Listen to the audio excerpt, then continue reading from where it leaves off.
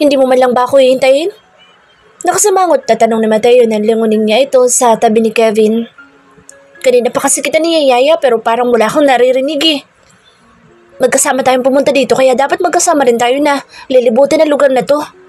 Nagsisisi na tuloy ako na isinama kita. Ang arte mo naman, tara na nga kasi. Binalikan niya ito at hinila na paalis. Bye Kevin. Kapag nagdagal kami, tawagan mo na lang si Mateo ha. Umuwi na lang kayo ng kusa. Baka kasi malibang kami ng husto. Matanda na kayo kaya ayos lang yan. O sige, uuwi na lang kami.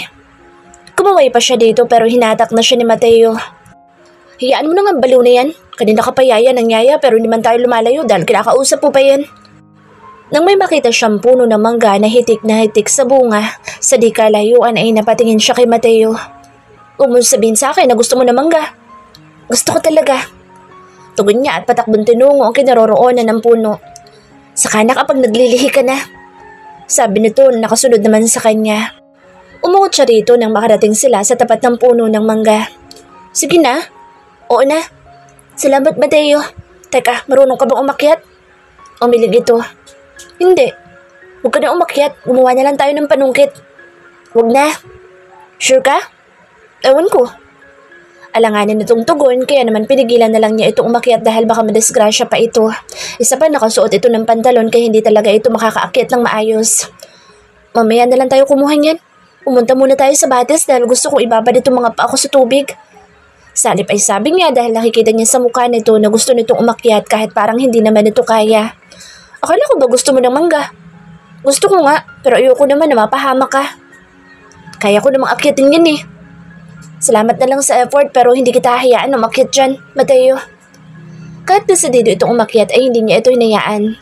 Sa halip ay hinatak na niya ito paalis sa puno dahil kapag nalaglag ito ay siguradong siya ang sisisihin ng lahat. Ang hilig mo talaga manghatak. Reklamo nito. Kamay ko na lang ang hawakan mo, hindi itong damit ko. Binitawan niya ang damit nito at sa palapulusuhan niya ito hinawakan pero agad nitong binaklas ang kamay niya dahil ang gusto nito ay magkasalikop ang kamay nilang dalawa.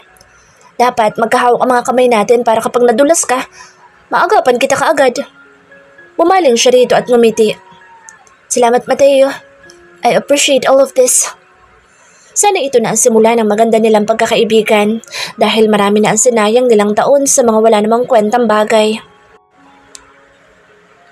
Mateo, pwede kaya akong maligo dito sa batis? Ang sarap ng tubig oh, sobrang lamig. Nakaupo siya sa gilid ng batis habang ang mga paa niya ay nakalublob sa tubig samantalang si Aliyah ay kalahati na ang katawan ang nakalublob sa tubig. Baka pwede naman ako maligo dito kahit isang beses lang. Sa tingin mo pwede kaya? Pwede naman siguro. Hindi pa nga siya tapos magsalita ay bigla na lang nitong idilubog ang buo nitong katawan sa batis. Ang sarap ng tubig! Tili nito habang inaayos nito ang buhok na humarang sa mukha nito. Ayun bang maligo, Mateo? What the hell? Bakit naligo ka? May pamalit ka bang damit? Di ba wala naman? Bumaba ang tingin niya sa dibdib nito at lihim siyang napamura na makita niya na mumakat ang dibdib nito sa suot nitong damit. Mabuti na lang talaga at walang katao-tao dito ngayon maliban sa kanilang dalawa. Pwede naman na doon na lang tayo magbihis sa bahay ni Kevin eh. Katwiran nito at hinampas-sampas pa ng mga kamay nito ang tubig na parang ngayon lang ito nakakita ng umaagos na tubig sa buong buhay nito. I can see your boobs from here, Aliyah. Anya, kaya naman bigla itong napayuko at tinignan sarili nitong dibdib. May bra naman ako kaya paano mo nakita? Natural lang naman na bumakat itong dibdib ko dahil basa itong damit ko pero kapag natuyo na to, hindi mo na ito makikita. You're safe with me, but how about other people? Sa tingin mo ba, hindi ka nila pag-iinteresan dyan sa itsura mo ngayon? Malakas ang self-control niya, kaya kahit sabihin niya nakasaludo na ang pagkalalaki niya, ay hindi niya ito kayang bastusin dahil kung iginagalang niya si Aaron ay mas iginagalang niya ang kapatid nito. Sabi mo nga, I am safe with you. So, ikaw na bahala sa kanila. Kapag nakita mo na may nakatingin sa katawan ko, isitahin mo na lang, okay? Salamat. Anito habang nakangiti at mas lalo pang lumusong sa bandang dulo ng batis. Huwag ka masyadong lumayo dahil hindi ka naman marunong lumangoy. Anya, sa tuwing nag-a-outing kasi sila ay umaasa lang ito sa salbabida para hindi malunod. Iiwanan talaga kita dito kapag lumayo ka pa ng konti. Dugtong niya na may kasamang pananakot. Ateo, sobrang ganda dito oh. Halika sandali para makita mo. Dalian mo na. Lumapit ka na rito para makita mo rin ang mga nakikita ko. Nararamdaman niyang gusto nitong pumunta sa malalim na bahagi pero natatakot itong malunod kaya kung ano-anong magagandang bagay ang sinasabi nito. I am not interested, Leah. Saad niya at sumandal sa malaking bato pero hindi niya inaalis ang mga mata niya dito dahil baka mapahamak ito. Ang daming isda, Mateo. Kahit may sirena pa itong nakita, hindi pa rin siya lulusong para maligo dahil nilalamig siya. Ang daming isda, Mateo. Kahit may sirena pa itong nakita, hindi pa rin siya lulusong para maligo dahil nilalamig siya. Nakahuli ko na isa, Mateo. Okay. Formal niyang tugon. Manghuli ka pa para may ihawin tayo mamaya. Lumapit ito sa kanya at ipinagmalaki ang nahuli nitong isda na halos kasi laki lang yata ng hililiit nito. Ang galing ko, no? Mas bibilib ako sa'yo kapag malaki ang nahuli mo. Yan, liit-liit niyan. Shit! What the hell, Leah? Inilakasan nito ng malakas ang paa niya kaya nangyari ay nabasa tuloy siya. Gusto ko kasing pumunta roon eh. Eh di pumunta ka. Kapag pumunta ka sa ako doon, ay baka hindi na ako makabalik pa ng buhay. Anito. Ang kinaroroonan kasi nila ngayon ay abot hita lang nito ang lalim. Ang gusto yata nito ay lagpas tao para makontento ito. Punta tayo doon. Pero sasakay ako sa likod mo para hindi ako malunod. Dito ka na lang sa mababaw kung saan 100% kang mabubuhay kahit madapa o lumubog ka pa. Umuwi na nga tayo. Kaya nga ayaw ko maligo dahil nilalamig ako pero hinatak mo naman ako. Hinabad niya ang suot niyang damit at pinigaan iyo ng husto sabay ahon. Ayoko pang umahon. Sabi nito na tila ba nakikiusap ang mga mata nito na huwag muna siyang uuwi para may kasama ito. Ngayon lang kasi ako nakakita ng ganito kagandang lugar. Kaya gusto ko nang sulitin dahil hindi ko alam kung kailan ulit iyon susunod na pagpunta natin dito. Sa mga susunod na buwan kasi ay magiging abala na ulit ako. Kaya hindi ko na maisisingit pa ang ganitong bakasyon. Kung ganun, dito ka na lang banda sa tapat ko para nakikita kita. Hindi yung kung saan-saan ka pumupunta. Sige. Malungkot nitong sabi na para bang kinokonsensya siya. Gustuhin man niyang isakay ito sa likuran niya para makapunta ito sa ilalim na parte ay hindi niya magawa dahil pakiramdam niya nakabalot ng yelo ang katawan niya. Dito lang ako sa mababaw. Basta huwag muna tayong uuwi. Okay. Isinampay niya muna sandali ang damit niyang nabasa sa isa sa mga sanga ng punong kahoy na nakatayo malapit sa batis dahil yun ay ipasusuot niya kay Aliyah kapag natuyo na ito. Hindi kasi siya papayag na ang damit nitong suot ngayon ang gagamitin nito pa uwi dahil kitang-kita ang kaluluwa nito. Mabuti na lang talaga at walang taong naliligaw dito dahil kung hindi ay kanina niya pa ito binitbit pa uwi. Hindi ka pa ba aahon dyan? Tanong niya dahil nangingitim na ang mga labi nito samantalang siya naman ay kanina pa tumataas ang balahibo dahil sa sobrang lakas ng hangin. 2 linggo naman tayong mananatili sa lugar na to eh. Sa loob ng 2 linggo ay pwede naman tayong pumunta rito araw-araw kung gusto mo. Isa pa nilalamig ka na at ganun din ako kaya umuwi na tayo. 2 hours na lang? Bigyan mo ba ako ng 2 hours? Hirit nito sabay ngiti. Yung tipo ng ngiti na hindi kayang tanggihan ni Numan maliban sa kanya dahil bukod sa nilalamig siya, ay pakaramdam niya may lalabas na kung ano sa puwet niya. Hindi niya alam kung kinakabag lang siya o talagang natatais siya. Leah, umuwi na muna tayo. Ayaw niya. Bumalik na lang tayo mamaya dahil sumasakit itong tiyan ko. Ha? Bakit? Di ko rin alam kung bakit masakit na naman itong tiyan ko eh. Umahon ka na muna. Sandali dyan. Pangako babalik din tayo mamaya rito. Hintayin na lang kita dito hanggang sa makabalik ka. Hindi pwede. Mamaya may mangyari pa sa'yo dito eh. Umahon ka na dahil sobrang sakit na dyan ko. Aahon na po. Inilahad niya ang isang kamay niya para tulungan ito makaahon sa tubig. Kinuha na rin niya ang damit na isinampay niya kanina at ipinatong niya iyon sa suot nitong damit para hindi makita ng mga kaibigan niya ang kaluluwa nito. Habang sinusuotan niya ito ng damit niya, ay nakatingin lang ito sa kanya. Alam niya nagtataka na naman ito sa ikinikilos niya pero hindi niya pinansin na nagtataka nitong mga mata. Let's go. Tumahutang ito na tila wala sa sarili. Nahuli niya pa itong pinasadahan ng katawan niya kaya pinaliitan niya ito ng mata. Gusto mong hawakan? Ha? Ang alin? Itong abs ko. Bakit ko naman nahawakan yan? Kung gusto mo lang naman, gusto mo ba? May sinabi ba ako na gusto ko?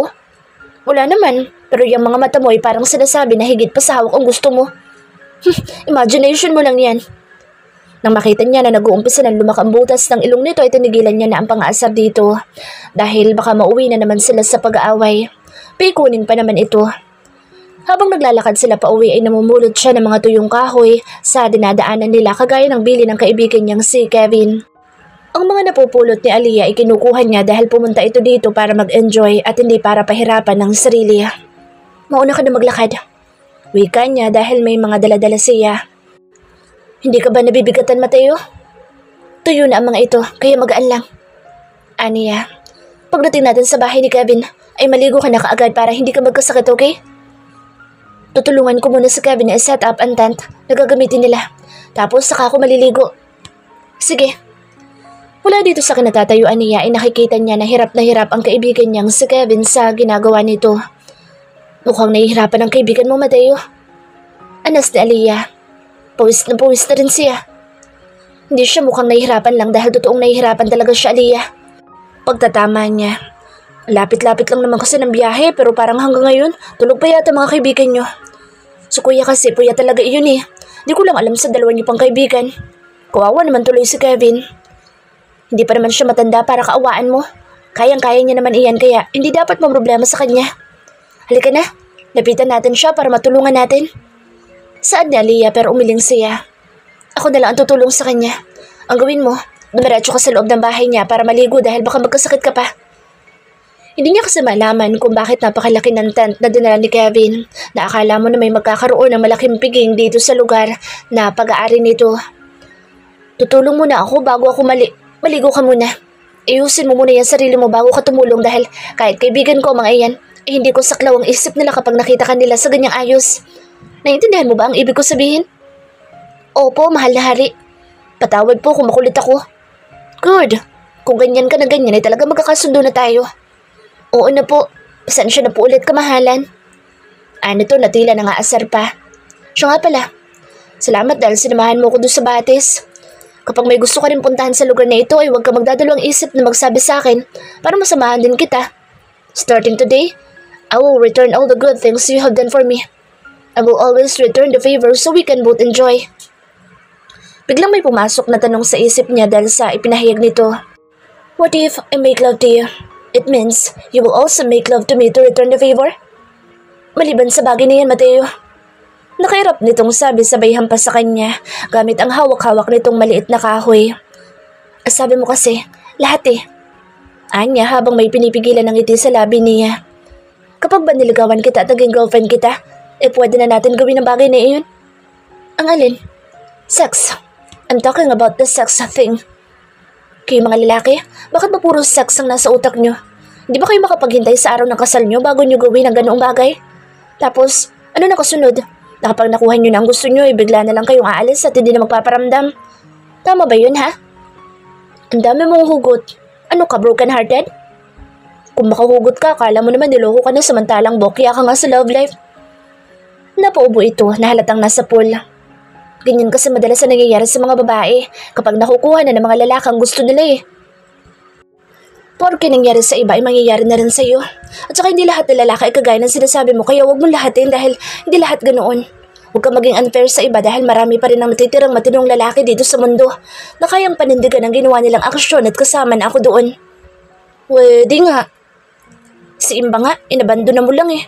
Noong una, proud na proud ka sa kanya tapos nung bandang huli na, ay pinagbabantaan mo na yung buhay niya. Porke nakuha mo na lahat-lahat. Hindi ko siya inabando na no. Siya ang umalis at sumama sa ibang lalaki. Pagsisinungaling niya. Bakit kaya hindi ito makamove on kay Imba? Lagi na lang si Imba ang pinapasok nito sa tuwing mag-uusap sila ng ganito. Paano kung hindi siya sasama sa iba? Puro pagbabanta sa buhay niya sinasabi mo. Dapat nga magpasalamat ka pa dahil hindi kanya kinasuhan ng death threat.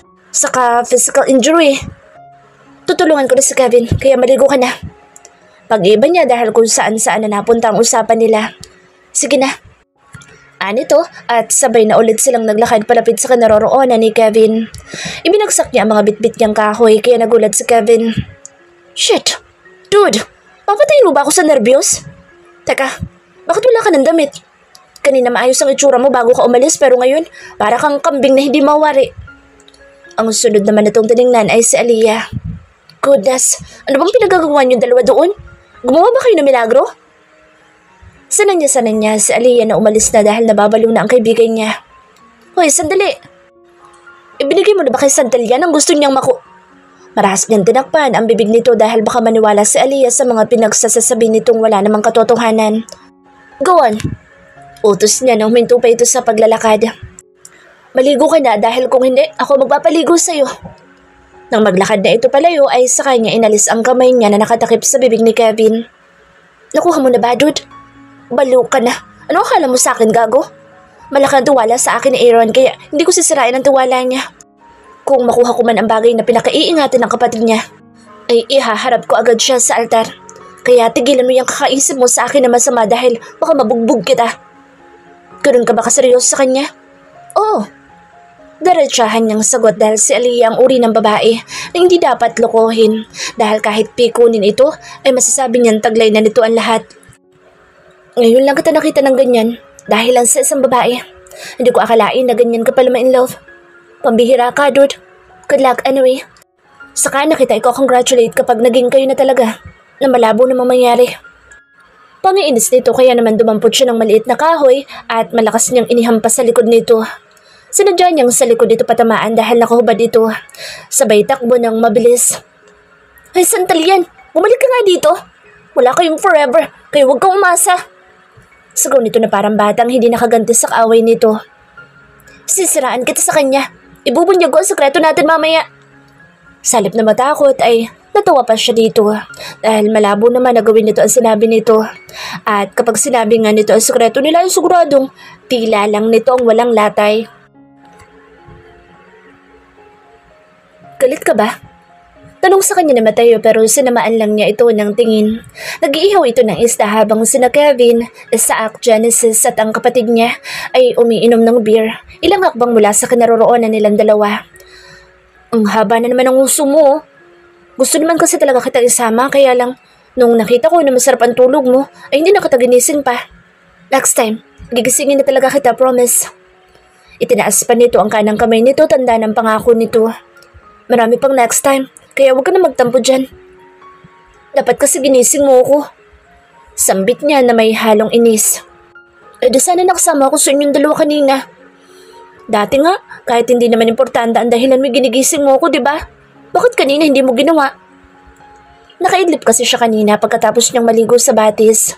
Tapos nung pumunta siya sa tent na itinatayo kanina ni Kevin para sana tumulong, ay sinabi ng kapatid niya na umalis nga raw ang dalawa para manghuli ng isda.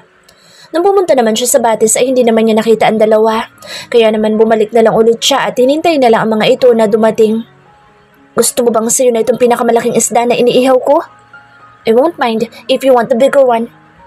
Hindi siya umimik dahil naiinis pa rin siya dito. Hayaan mo, dahil bukas tayo naman ang manghuhuli ng isda. Aalis tayo ng umaga at hapon na tayo uuwi. Magdadala rin tayo ng isang drum at hanggang hindi napupuno iyon ay hindi tayo uuwi. Kung kinakailangan na makapagsabayan tayo sa mga sarena ay gagawin natin. Basta maging masaya ka lang. Huwag ka na sumimangot dyan dahil pumapangit ka kapag ginagawa mo yan. Anong oras tayo aalis bukas? Ikaw ang bahala kung anong oras tayo aalis. Sabi nito, sa susunod na araw na lang tayo manghuli ng isda. Anya dahil maraming isda ang nahuli ng mga ito na sa tansya niya ay aabot ang mga iyon hanggang sa susunod na mga araw. Samahan mo na lang ulit ako na maligo sa batis bukas para mawalang inis ko. Ngumiti ito. Sure, yun lang ba? Yun lang muna sa ngayon. Okay. Dude, ang bagal mo naman mag-ihaw. Wala na kaming pulutan, no? Inakbayan ni Kevin si Mateo na tila ito pa naiinis sa huli dahil mabagal daw ito mag-ihaw. Pero ang totoo niyan ay walang naiipon si Mateo dahil kinukuha nitong lahat. Hiyang-hiya naman ako sa'yo. Kung isubsob ko kaya yung mukha mo dito sa apoy. Kanina pa ako nandito pero kahit isa hindi pa ako nakakatikim dahil mayat-maya ka kumukuha. Ako ang nagpapakahirap pero kayo nagpapakasarap. Ihawin kita dyan eh. Huwag naman, baby mat ko. I love you. Salip ay sabi nito dahilan para kumunot ang noon niya dahil parang pamilyar sa kanya ang linyang iyon. Mahal na mahal kita baby ko. Sorry na, huwag ka na magalit sa akin. I love you. Hinalikan pa ni Kevin sa pisngi si Mateo kaya nairita ang huli samantalang siya naman ay napanguwi. What the hell, Kebs? Bulyaw ni Mateo dito. Sabay tingin sa kanya. Aliyah, pakitingnan nga muna itong iniihaw ko at baka masunog. Saglit lang ako at patatahimikin ko lang isang ito dahil masyado na itong maraming nalalaman. Hindi pa man siya nakakasagot ay bigla na lang itong umalis at hinila na si Kevin. Dinala nito ang huli papunta sa direksyon ng batis na parabang ayaw nitong masaksihan nila ang gagawin nito kay Kevin. Saan pupunta ang dalawang iyon? Tanong sa kanya ni Genesis na nilapitan pa siya para lang usisain. Hindi ko rin alam eh. Basta ang sabi sa akin ni Mateo ay bantayan ko daw muna itong iniihaw niya dahil patatahimikin daw niya si Kevin. Ano nangyari? Tanong naman ng kapatid niya na hindi na rin napigilan na hindi makasali sa usapan nila na Genesis. Yung kaibigan natin ay muntik na yatang ibuko ni Kevin. Kaya yun, dinala yata sa ilog para lunurin. Tumawa pa ito ng malakas samantalang ang kapatid niya ay tipid lang na napangiti. Sa dinami-dami kasi nang hihingan niya ng tulong ay kay Kevin pa talaga. Alam naman nating lahat na mas baliw pa kay Santillan iyan. I agree.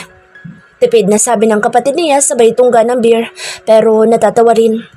Kuya, may alam ba kayo sa problema ng dalawang iyon? Tanong niya sa kapatid niya. Yung dalawang tanungin mo dahil wala akong alam sa mga pinagagagawa ng mga iyan. Wika nito sabay alis para bumalik sa dati nitong pwesto kanina kaya si Genesis naman ang binalingan niya. Ikaw, may alam ka ba? Siguradong may alam ka dahil madalas ko kayong makita na magkakasama. Madalas akong tulog kaya wala akong alam dyan. Anong malay ko sa mga yan? Kung hindi ako tulog ay nagtatrabaho naman ako kaya wala akong alam sa mga nangya. Hindi niya na ito pinatapos pa dahil hindi naman iyon ang gusto niyang marinig mula dito. Okay na, tama na. Huwag ka na magpaliwanag dahil kay Mateo na lang ako mismo magtatanong. Mas mabuti pang siya na lang talagang tanungin mo dahil wala talaga kaming alam sa mga ginagawa nila. Sige na, doon na muna ako. Hintayin mo na lang na makabalik ang dalawang iyon tapos sila na mismo ang tanungin mo para makuha mo ang sagot na hinahanap mo. Mabilis itong tumalikod at umalis. Dude, ano ba? Oo na nga, magbibihib na nga ako. Kaya bitawan mo na ako. Sorry na nga kasi. Mananahimik na lang talaga ako habang buhay para hindi ka na magalit. Halos lahat sila'y napatingin sa dalawang lalaki na papalapit sa kanila. Ang dalawang hintuturo ni Kevin ay pinagdikit nito kaya natatawa siya. Sorry na. Huwag ka na magalit. Ang itsura ni Kevin ay animoy ginahasa sa gitna ng kagubatan dahil hindi na maayos ang itsura nito pero nagawa pa rin itong tumawa kahit pa nga nagulpi yata ito ni Mateo. You should be. Because if not, I will burn you alive. Got it? Oo na nga. Oh, bitawan mo na ako dahil iinom na ako. Ipinapangako ko na hindi nila malalaman ang sekreto mo hanggang sa ako'y nabubuhay. Sugot ni Kevin habang natatawa pa rin. Samantalang si Mateo ay formal ang reaksyon habang nakatingin sa kaibigan na nagagawa pang sumayaw-sayaw sa kabila ng pagbabanta ng isa. Nang hindi na nito matagalan ang ginagawa ni Kevin ay pabalya nitong binitawan ni Mateo at umupo sa tabi niya. Si Kevin naman ay umupo sa tabi ng kapatid niya habang namimilipit sa kakatawa. Ayos ka lang? Masuyo niyang tanong. May nangyari ba? May ginawa ba siyang hindi maganda sa'yo? Sort of. Ano naman ang ginawa niya? Salamat sa pagbabantay sa mga isdang iniihaw ko, Aliyah. Iyang pinakamalaki para sa'yo yan, kaya itabi mo na dahil baka ubusin na naman ni Kevin yan. Salip ay sabi nito at ito na rin mismo ang nagbukod sa isda at iniabot mismo sa kanya. Mas masarap yan kapag mainit. Salamat. Dude, para sa'yo. Inakbayan na naman ni Kevin sa Mateo at pagkatapos ay inabutan nito ng beer. Kinuha naman ito ni Mateo pero parang masama ang loob nito. Good boy. Get lost, Kevin. Wala ekspresyon na sabi nito sa kaibigan pero ito si Kevin ay parang nananadya talaga dahil hinalikan nito sa pisngi si Mateo sabay bira ng alis. Halatang mahal na mahal ka ng kaibigan mo, Mateo. Well, I don't love him because he's annoying. And most of all, he is my worst friend. Sabi nito at tinungga agad ang beer na ibinigay ng kaibigan nito. Hey, Aliyah, sandalian. Siya naman ang inakbayan ni Kevin pagkuhan. Ay, Valdez pa pala, no? Sorry, tao lang. Ito naman ang para sa... At sino naman nagsabi sa'yo na pwedeng uminom sa Aliyah? Tanong na lalaking katabi niya kay Kevin sabay agaw ng beer sa kamay nito. Si Aaron, bakit dude? Papalag ka ba? Binatukan nito si Kevin. Oo, bakit? Kung ganun, di ko na siya painumin pa dahil pumalag ka. Sige na, babalik na ako sa pwesto ko at hindi ko na kayo guguluhin pa. KJ mo talaga. Ang kulit ng kaibigan mong yan. Komento niya habang kinakain niya ibinigay nitong inihaw na isda. Kahit yata saktan mo yan ay kukulitin ka pa rin niya ng paulit-ulit eh. Ganun talaga kapag kulang sa aruga. Ganyan talaga ang itsura kapag walang nagmamahal talaga. Maya-maya pa ay mabilis silang napalingon ni Mateo sa likuran nila nang makarinig sila ng malakas na tugtog.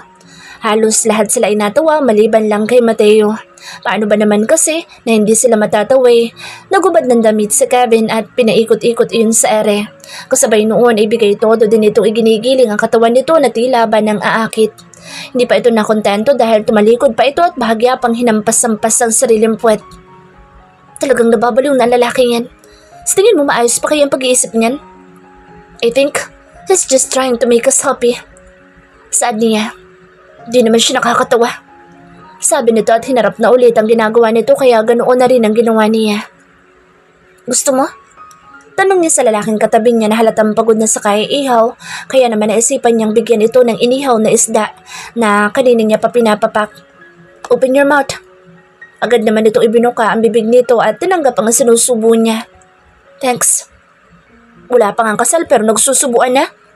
Mamaya magkakainan na yan. Nasaan ang hustisya? Nasaan? Subukan niyo rin ako na isda dahil naiinggit ako. Alam niyang sila ang pinaparinggan ni Kevin. Lilungwinin sana niya ito pero pinigilan siya ni Mateo.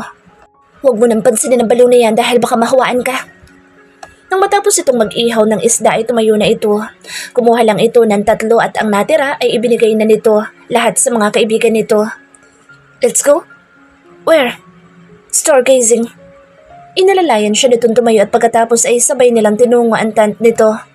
Wait for me here. Pumasok ito sa loob ng tent at paglabas nito ay may hawak-hawak na itong picnic mat at inilatag iyon sa damo. Kumuha rin ito ng kumot at ibinigay iyon sa kanya. Gamitin mo to para hindi ka lamigin. Inabutan din siya nito ng bottled water kahit may tubig naman sa lamesa malapit sa tent kung saan nandoon ang mga kaibigan nito. Thanks, Mateo. Kapwa na sila na umupo sa picnic mat na inilatag nito. Habang tumutungga ito ng beer ay nagpapapak naman siya ng isda. Kumain ka pa kung gusto mo pa. Wika nito.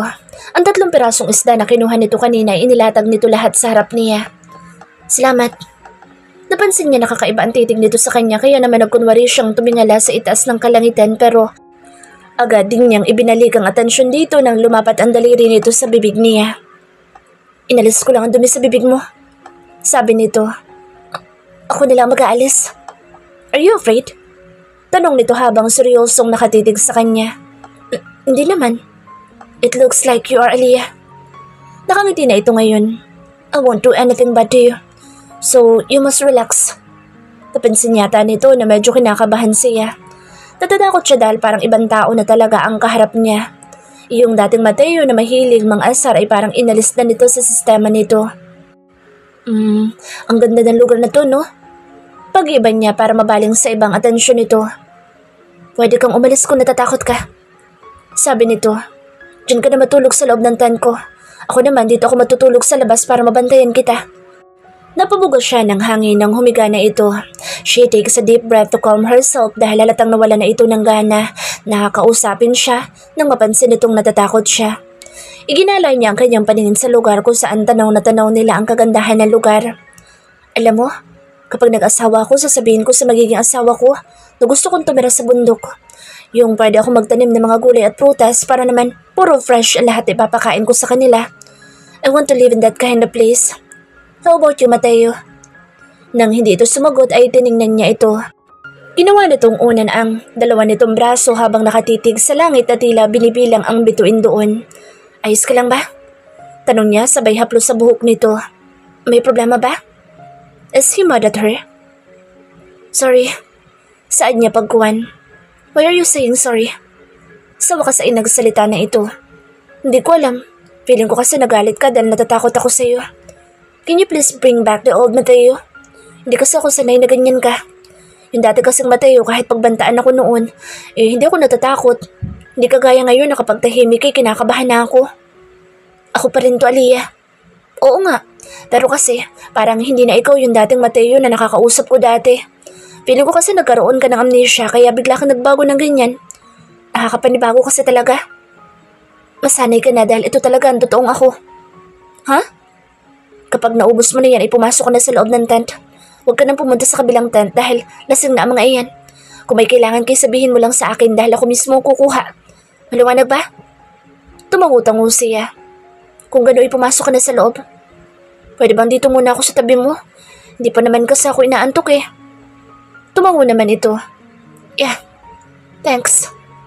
Nang maubos niya ang pinapapak niyang isda ay uminom na siya ng tubig at pagkatapos ay humiga muna siya sa tabi nito para panoorin ang nagkikislapang bituin.